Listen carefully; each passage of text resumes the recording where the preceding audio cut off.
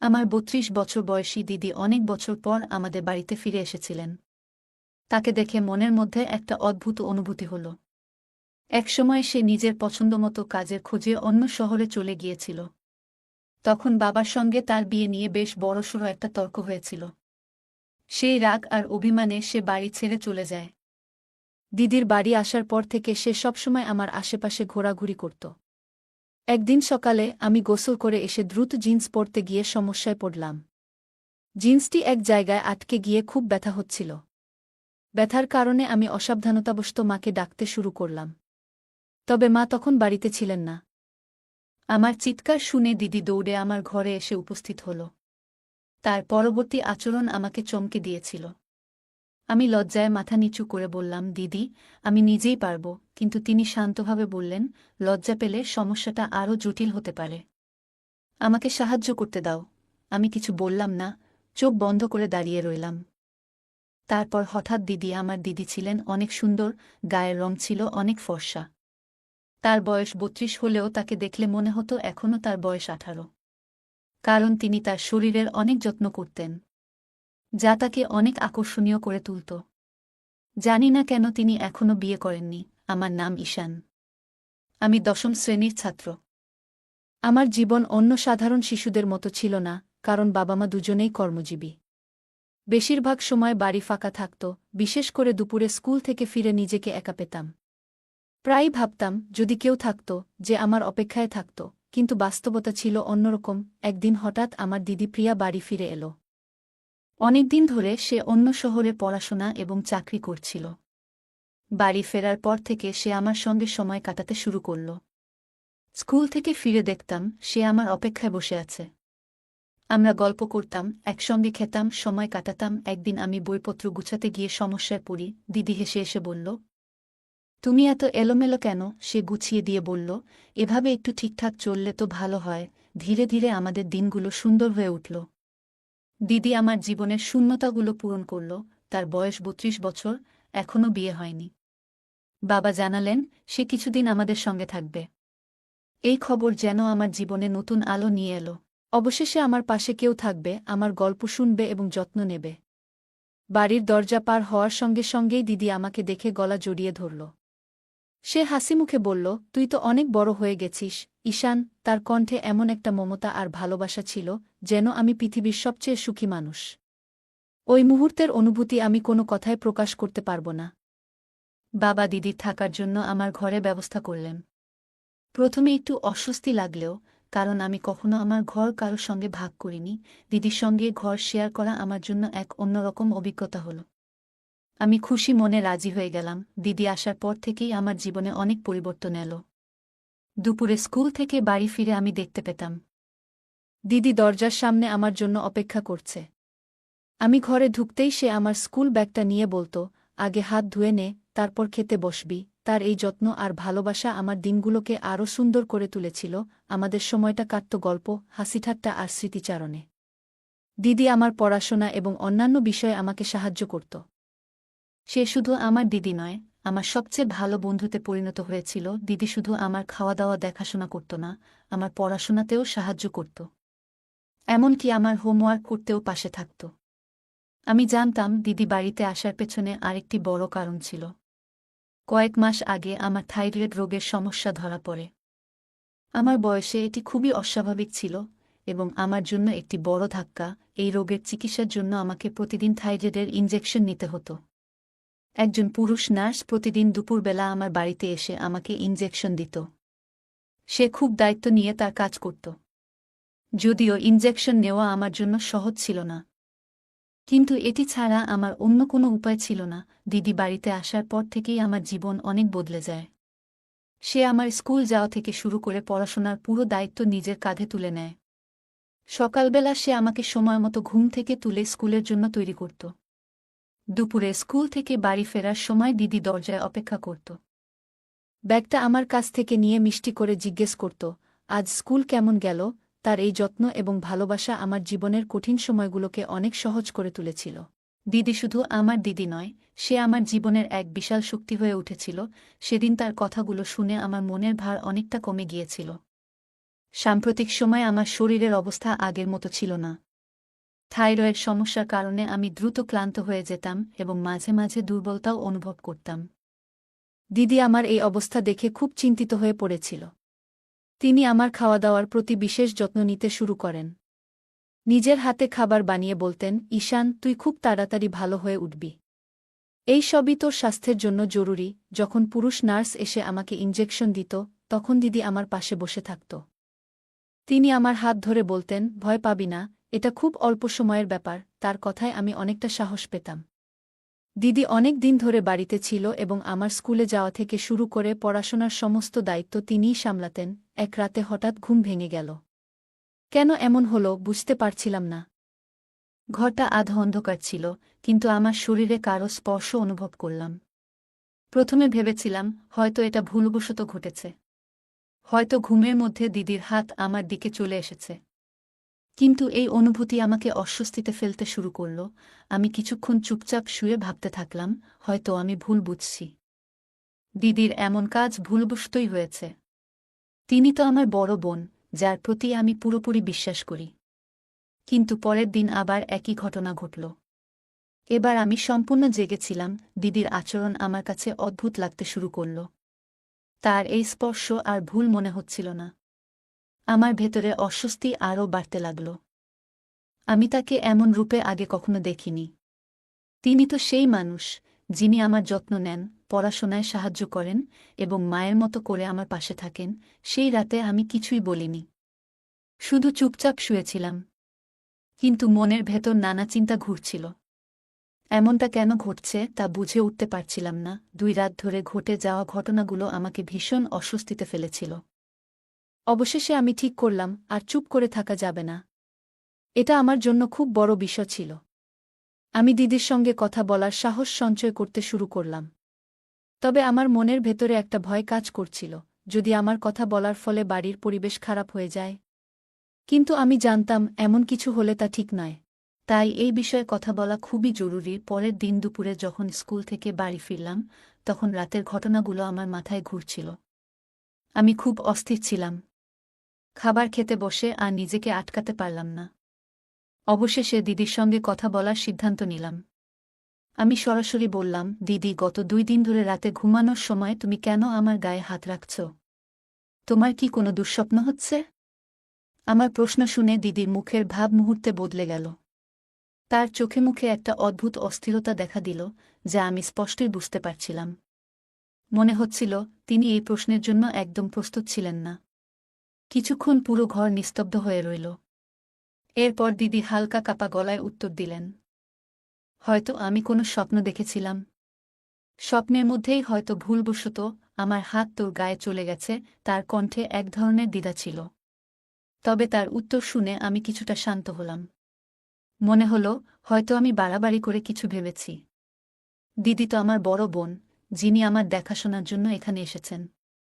আমি তার কথাগুলো বিশ্বাস করে নিলাম। ভাবলাম হয়তো এটা সত্যিই স্বপ্নের কারণে ঘটেছে। কিন্তু তার পরিবর্তিত মুখের অভিব্যক্তি এবং দ্বিধাগ্রস্ত উত্তর আমার মনে একটা প্রশ্ন রেখে গেল। আমি এই বিশ্বাসটি এড়িয়ে যাওয়ার চেষ্টা করলেও আমার ভেতরে একটা অজানা ভয় এবং সন্দেহ ঠিকই রয়ে গেল। সেদিনের পর থেকে আমি দিদির আচরণের প্রতি বেশি নজর দিতে শুরু করলাম। তার কিছু কিছু আচরণ আমার কাছে অদ্ভুত মনে হতে থাকল। সেদিন রাতে অস্বস্তি আমার মনকে গ্রাস করেছিল। রাতে ঘুমানোর কিছু সময় পরেই আমার ঘুম ভেঙে যায়। ঘুমানোর আগে আমি একটু পানি খেয়েছিলাম, হয়তো সেই কারণেই আমার মধ্যরাতে ঘুম ভেঙেছিল। আমি উঠে দেখি দিদি আমার পাশে নেই। প্রথমে ভাবলাম হয়তো বাথরুমে গিয়েছে। কিন্তু ঘরের বাথরুমেও তাকে পেলাম না। তখন ঠিক করলাম ঘর থেকে বেরিয়ে একটু খুঁজে দেখি। ঘরের বাইরে গিয়ে চারদিকে তাকিয়ে দেখি দিদি মায়ের ঘরের দরজার বাইরে দাঁড়িয়ে আছেন। তিনি দরজার ফাঁক দিয়ে ভেতরে কি যেন দেখছিলেন। এটা কেন করছিলেন তা বুঝতে পারছিলাম না। আমি ভেবেছিলাম দিদির কাছে গিয়ে জিজ্ঞেস করব। কিন্তু তার আগেই তিনি আমার ঘরের দিকে ফিরে আসেন। যদি তিনি আমাকে দেখে ফেলতেন তাহলে হয়তো ভাবতেন আমি তাকে অনুসরণ করছি। তাই তার ঘরে ফেরার আগে দ্রুত নিজের জায়গায় ফিরে এসে শুয়ে পড়লাম। কিছুক্ষণের মধ্যে দিদি ঘরে ফিরে এলেন এবং নিজের জায়গায় শুয়ে পড়লেন। কিন্তু তার সেই অদ্ভুত আচরণ আবার শুরু হল। তিনি আমার শরীর ছুঁতে লাগলেন। আমি বুঝতে পারছিলাম না দিদি কেন এমন অদ্ভুত আচরণ করছেন। তবে এটা নিশ্চিত বুঝতে পারলাম যে মায়ের ঘরে কি দেখার পরই তিনি এমন করেন। এখন আমার কৌতূহল আরও বেড়ে গিয়েছিল। পরের দিন দুপুরে বাড়িতে আমরা দুজনই ছিলাম। দিদি আমাকে পড়াশোনা শেখাচ্ছিলেন। তখন সুযোগ নিয়ে আমি সহজভাবে জিজ্ঞেস করলাম, দিদি তুমি এত সুন্দর, তবুও তোমার বিয়ে হয়নি কেন? দিদি মুচকি হেসে বললেন, আগে মনে হতো বিয়ে মানে অনেক দায়িত্ব এবং ঝামেলা, তাই এর থেকে দূরে থাকতাম। কিন্তু এখন মনে হচ্ছে বিয়ে করাটা দরকারি। তবে আমার বয়স যেহেতু একটু বেড়ে গেছে, তাই মনের মতো সঙ্গী পাওয়া কঠিন। তার এই কথার পর আমি আর কোনো প্রশ্ন করিনি। চুপচাপ পড়ায় মন দিলাম। কিছুক্ষণ পরেই এক নার্স বাড়িতে এলেন আমাকে ইনজেকশন দিতে। ইনজেকশন নিয়ে আমি কিছুক্ষণ বিশ্রাম নিতে শুয়ে পড়লাম। ঘুম থেকে ওঠার পর খুব ক্ষুধা অনুভব করলাম। তখন দিদিকে ম্যাগি বানানোর কথা বললাম। তখন দিদি মায়ের ঘরে ছিলেন। আমি ঘরের কাছে গিয়ে দেখলাম দিদি নিজেকে আয়নায় দেখছেন। স্নান সেরে তিনি যেন নিজের 18 বছরের মেয়ে মনে করে দেখতে চেষ্টা করছিলেন। তাকে এমনভাবে আয়নায় নিজের প্রতি মগ্ন হতে দেখে আমি একটু হতবাক হয়েছিলাম। আমি চুপচাপ দাঁড়িয়ে অপেক্ষা করছিলাম যে কখন তিনি নিজের এই মগ্নতা থেকে বেরিয়ে আসবেন। আমি ক্ষুধার্ত ছিলাম, কিন্তু দিদি যেন নিজের এক অদ্ভুত জগতে ছিল। নিজেকে নায়িকা মনে করে আয়নার সামনে বিভিন্ন ভঙ্গিতে দাঁড়িয়েছিলেন। ক্ষুধার তীব্রতায় আমি আর সহ্য করতে পারলাম না। অবশেষে তার ঘরে গেলাম। আমাকে দেখে দিদি হালকা লজ্জা পেলেন এবং একটু হাসলেন।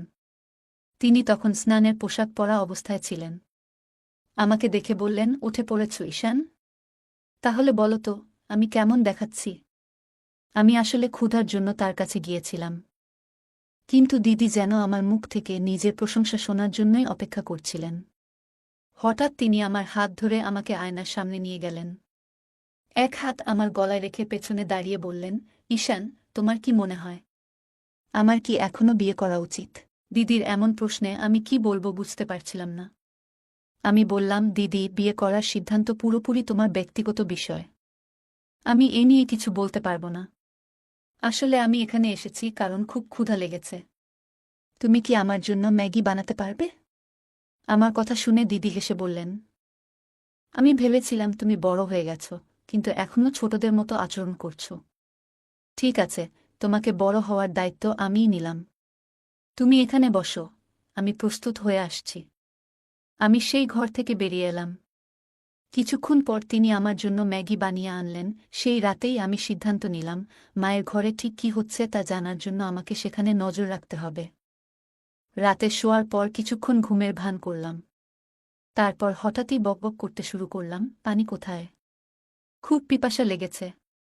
এমনটা করছিলাম যেন দিদি বুঝতে পারে আমি সত্যিই পানি খুঁজছি। ঘরে পানি না পেয়ে আমি বললাম, মনে হচ্ছে কিচেন থেকে পানি আনতে হবে। সবকিছু আমি ইচ্ছে করেই করছিলাম, কারণ আমি নিশ্চিত ছিলাম দিদি জেগে আছেন। তার আচরণ বুঝতে আমার এই পরিকল্পনা ছিল। আমি বুঝতে চেয়েছিলাম দিদির মনে আসলে কি চলছে। রাতের সময় পানি খুঁজতে ঘর থেকে বেরোলাম। তবে রান্নাঘরের দিকে না গিয়ে আমি মায়ের ঘরের দিকে পা বাড়ালাম। দরজাটা সামান্য খোলা ছিল। আমি ভেতরে উকি দিয়ে যা দেখলাম তাতে কিছু বিষয় স্পষ্ট হয়ে গেল। মা আর বাবা একসঙ্গে বসেছিলেন। বাবা মাকে আলতো করে কাছে টেনে নিচ্ছিলেন। এই দৃশ্য দেখে আমার মনের মধ্যে কিছু চিন্তা পরিষ্কার হতে শুরু করল। আমি তখন চুপচাপ নিজের ঘরে ফিরে এলাম। ঘরে এসে দেখলাম দিদি আগের মতোই শুয়ে আছে। তবে আমি নিশ্চিত ছিলাম সে ঘুমিয়ে নেই। তার মনেও নিশ্চয়ই কিছু চলছিল। আমি ঠিক করলাম এই বিষয়টি দিদির সঙ্গে কথা বলতে হবে। অনেক দিন ধরে যা চলছে তা আমাকে মানসিকভাবে খুবই অস্বস্তিতে ফেলেছিল। সেই রাতে আমি ঘুমাতে পারলাম না। বারবার মাথায় ঘুরছিল দিদির অদ্ভুত আচরণ আর মায়ের ঘরে দেখা সেই দৃশ্য। এরপর 3 দিন কেটে গেল। আমার গ্রীষ্মের ছুটি শুরু হতে চলেছে। মা বাবা ছুটির জন্য একটি ভ্রমণের পরিকল্পনা করলেন। তবে সেই ভ্রমণ ছিল শুধু তাদের জন্য। তারা বললেন, আমার সামনে বোর্ড পরীক্ষা রয়েছে। এই সময়টা পড়াশোনার জন্য কাজে লাগানো উচিত। আমি অনেক বুঝিয়েও তাদের সঙ্গে যেতে রাজি করাতে পারলাম না। মা বাবা বললেন, ঈশান, এই সময়টা তোমার জন্য খুব গুরুত্বপূর্ণ, তোমার পড়াশোনায় মনোযোগ দেওয়া উচিত।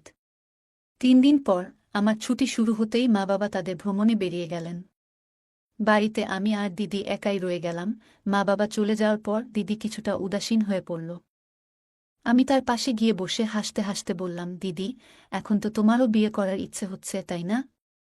এখানে এসে মা বাবাকে একসঙ্গে দেখে নিশ্চয়ই মনে হয় তোমারও এমন একজন থাকা উচিত যে তোমাকে ভালোবাসবে। আমার কথা শুনে দিদির চোখে পানি চলে এলো। সে কান্নার মধ্যে বলল, ঈশান, তুমি সত্যিই আমার মনের কথা বুঝে ফেলেছ। এরপর সে তার মনের কথা বলতে শুরু করল। সেদিন সকালে দিদি হঠাৎ আমাকে জড়িয়ে ধরে বলল, তুমি তো অনেক বড় হয়ে গেছ। আমি এতদিন ভেবেছিলাম তুমি এখনো ছোটই আছো। কিন্তু তোমার কথাগুলো শুনে মনে হলো তুমি এখন সত্যিই একজন পরিপক্ক মানুষ। তারপর দিদি বলল, তোমার কি সত্যিই মনে হয় এই বয়সে আমাকে কেউ পছন্দ করতে পারে? দিদির এই প্রশ্নের কোনো উত্তর আমার কাছে ছিল না। তবে সেই দিনের পর থেকে দিদির আচরণে এক আশ্চর্য পরিবর্তন দেখা দিল। দিদি মায়ের কিছু স্টাইলিশ পোশাক পরতে শুরু করলেন। দিদিকে ওই রকম পোশাকে দেখলে আমারও চোখ আটকে যেত। বিশেষ করে যখন তিনি মেকআপ করে সেজেগুজে আসতেন, তখন তিনি আমার কাছ থেকে প্রশংসা শোনার জন্য অপেক্ষা করতেন। শুধু তাই নয়, মাঝে মাঝে আমার সঙ্গে ছবি তুলতে চাইতেন এবং ইচ্ছাকৃতভাবে আমার কাছাকাছি থাকতেন। তার আচরণ আমার মনে কিছুটা অস্বস্তি তৈরি করেছিল। তবে আমি কিছু বলিনি। একদিন সকালে আমি গোসল করে এসে দ্রুত জিন্স পরতে গিয়ে সমস্যায় পড়লাম। জিন্সটি এক জায়গায় আটকে গিয়ে খুব ব্যথা হচ্ছিল। ব্যথার কারণে আমি অসাবধানতাবশত মাকে ডাকতে শুরু করলাম। তবে মা তখন বাড়িতে ছিলেন না। আমার চিৎকার শুনে দিদি দৌড়ে আমার ঘরে এসে উপস্থিত হল।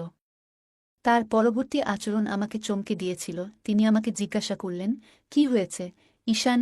আমি সবকিছু খুলে বললাম। তিনি হেসে বললেন, তোমার মাও বাড়িতে নেই, তাই তোমার সমস্যা মেটাতে এখন আমাকেই এগিয়ে আসতে হবে। আমি লজ্জায় মাথা নিচু করে বললাম, দিদি, আমি নিজেই পারব। কিন্তু তিনি শান্তভাবে বললেন, লজ্জা পেলে সমস্যাটা আরও জটিল হতে পারে। আমাকে সাহায্য করতে দাও। আমি কিছু বললাম না, চোখ বন্ধ করে দাঁড়িয়ে রইলাম। কয়েক মিনিটের মধ্যেই তিনি সমস্যার সমাধান করে দিলেন, আর আমি স্বস্তি পেলাম। তবে ওই ঘটনার পর দিদির আচরণে এক ধরনের পরিবর্তন দেখা গেল। তিনি বললেন, ঈশান, আমি সবসময় তোমাকে ছোট মনে করতাম, কিন্তু এখন বুঝতে পারছি তুমি অনেক বড় হয়ে গেছ। তার কথায় আমি একটু অপ্রস্তুত হয়ে গেলাম। সেদিন সন্ধ্যায় দিদি বললেন, মা বাড়ি না ফেরা পর্যন্ত আমি তোমার দায়িত্ব নিচ্ছি। আমি লজ্জায় না বলতে চেয়েছিলাম, কিন্তু তিনি জোর দিয়ে বললেন, তোমার ভুল যাতে আর না হয় সেটা দেখা আমার দায়িত্ব। পরের দিন দুপুরে যখন আমি ঘুমাচ্ছিলাম না, টিভি চালিয়ে বসেছিলাম। হঠাৎ টিভির আওয়াজ শুনে দিদি মায়ের ঘর থেকে বেরিয়ে এলেন। তার অভিব্যক্তি দেখে মনে হল তিনি আমার প্রতি আরও খেয়াল রাখার সিদ্ধান্ত নিয়েছেন। তিনি সেদিন মায়ের একটি স্টাইলিশ পোশাক পরেছিলেন এবং তার চলাফেরায় কিছুটা ভিন্নতা লক্ষ্য করলাম। একদিন দিদি বললেন, ঈশান, আজ তোমার জন্য আমি বিশেষ করে পানিপুরি বানিয়েছি। আমি হেসে বললাম, ঠিক আছে, আনো। দিদি কিচেনে যাওয়ার আগে টিভি বন্ধ করে দিলেন। তবে আশ্চর্যজনকভাবে তিনি আমাকে হলের পরিবর্তে আমার ঘরে নিয়ে গেলেন।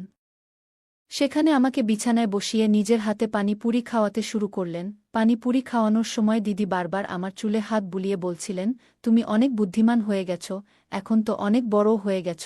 তার পারফিউমের গন্ধ পুরো ঘরে ছড়িয়ে পড়েছিল। কিছুক্ষণ পর আমার চোখ ভারী হয়ে এলো এবং আমি ঘুমিয়ে পড়লাম। যখন ঘুম ভাঙল, তখন মাথাটা ভারী লাগছিল। আমি ধীরে ধীরে উঠে বসলাম। কিছু সময় পর দিদি ঘরে ঢুকে এক অদ্ভুত হাসি নিয়ে বললেন, ঈশান, তুমি জানো না তুমি আমার জীবনে কত আনন্দ নিয়ে এসেছ। আমি তার কথা ঠিকমতো বুঝতে পারছিলাম না, শুধু মাথা নেড়ে সাড়া দিলাম। এরপর দিদি বললেন, ফ্রেশ হয়ে এসো, আমরা অনেক মজা করব। ফ্রেশ হয়ে যখন ঘর থেকে বের হলাম, তখন দেখলাম দিদি আমার পছন্দের গান চালিয়েছেন। সাধারণত তিনি ড্যান্স বা ডিজে গান একেবারেই পছন্দ করতেন না, কিন্তু সেদিন তিনি নিজেই আমার হাত ধরে বললেন, চলো নাচি। আমাকে ড্যান্স শেখাতে শেখাতে দিদি বললেন, তোমার সাথে আজ এত মজা হচ্ছে, মনে হচ্ছে দিনগুলো খুব সুন্দর হয়ে গেছে। দিন যেতে লাগলো এবং আমি বুঝতে পারছিলাম না কেন দিদি এত খুশি থাকছেন। তবে প্রতিদিন দুপুরে ঘুম থেকে ওঠার পর শরীরটা ক্লান্ত লাগত। আমি যখনই জিজ্ঞাসা করতাম, দিদি মুচকি হেসে বলতেন, তুমি আমাকে আজও অনেক খুশি করেছ। আমি বুঝতে পারছিলাম না কিভাবে আমি তাকে খুশি করছি। তবে আস্তে আস্তে তার সাথে কাটানোর সময় আমাকে ভালো লাগতে শুরু করল। শুরুতে কিছুটা অস্বস্তি থাকলেও ধীরে ধীরে আমি দিদির আচরণে অভ্যস্ত হয়ে পড়লাম। আমাদের সম্পর্কের মধ্যে এক ধরনের নতুনত্ব আসতে লাগল। কিন্তু এই পরিবর্তন কোথায় গিয়ে দাঁড়াবে তা তখনও আমি বুঝতে পারিনি। আমার জীবনে এমন একটি ঘটনা ঘটেছিল যা আমাকে এবং আমার পরিবারকে পুরোপুরি হতবাক করে দিয়েছিল। হঠাৎ করেই আমার শরীরে কিছু পরিবর্তন অনুভব করতে শুরু করলাম। মাথা ঘোরা, দুর্বলতা, এসব অনুভূতি ক্রমশ বাড়তে লাগল। বাড়ির লোকজন আমাকে তৎক্ষণাৎ হাসপাতালে নিয়ে গেল। যখন আমার চোখ খুলল, তখন বুঝতে পারলাম আমি প্রায় 1 মাস ধরে আইসিইউতে ছিলাম। এই 1 মাস ছিল আমার জীবনের সবচেয়ে অজানা এবং জটিল সময়। ডাক্তাররা জানালেন আমার অসুস্থতার কারণ একটি বিরল মানসিক সমস্যা। তারা আরও বললেন আমি বাস্তবতা থেকে নিজেকে দূরে সরিয়ে আমার কল্পনার একটি পৃথক জগৎ তৈরি করেছিলাম।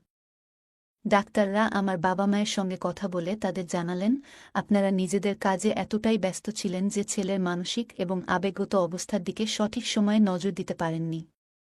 এটি তার অসুস্থতার প্রধান কারণ। তারা আরও জানালেন ছেলে একটি বিভ্রান্তিকর ধারণার মধ্যে আটকে গিয়েছিল। তার মনে হয়েছে ভালোবাসা কেবলমাত্র নির্দিষ্ট সম্পর্কের মধ্যেই সীমাবদ্ধ।